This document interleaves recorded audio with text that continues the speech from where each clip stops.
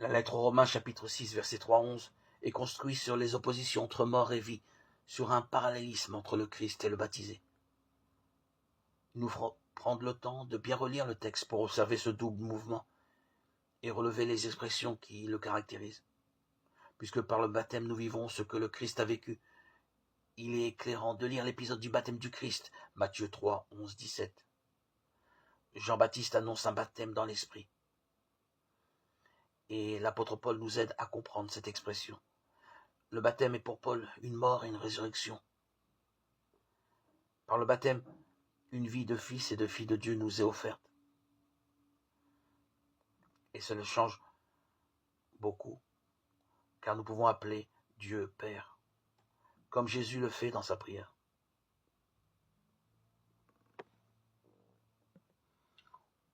On trouve dans la prière le réconfort nécessaire pour rester en lien avec le Seigneur. Le chrétien se doit de prier régulièrement. Sa vie doit être une prière. Sa vie est prière.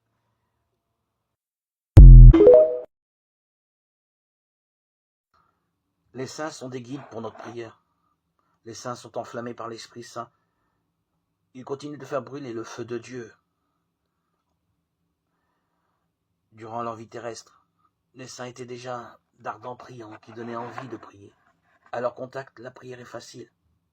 Bien sûr, nous n'adorons pas les saints, mais nous pouvons prier et demander qu'ils nous guident afin qu'ils intercèdent pour nous devant le trône de Dieu.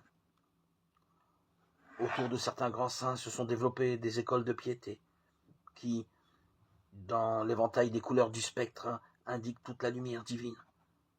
Tout insiste sur un élément fondamental de la foi pour conduire chacune par une sorte différente. Une porte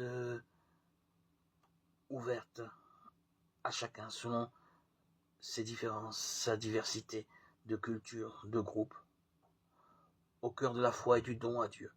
Ainsi, la spiritualité insiste sur la pauvreté d'esprit, sur la louange, le discernement et l'appel que Dieu nous fait. Une spiritualité vers laquelle on se sent attiré en fonction de son caractère personnel. Et toujours une école de prière.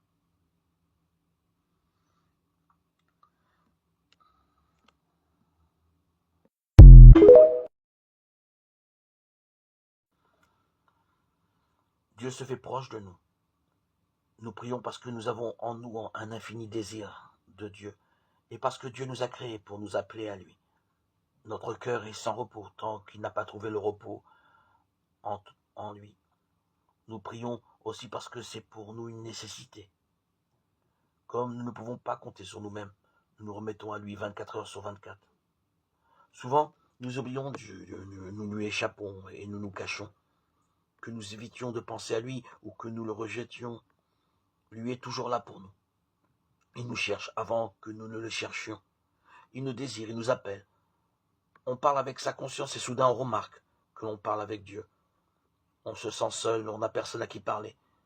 Et on sent que l'on peut toujours parler à Dieu. On est en danger et l'on remarque que Dieu a répondu à notre appel au secours. Prier est aussi humain que respirer, manger, aimer. Prier nous purifie et nous permet de résister à des tentations. Prier renfort dans la faiblesse. Prier ôte toute peur, multiplie les forces, donne plus de souffle. Prier rend heureux.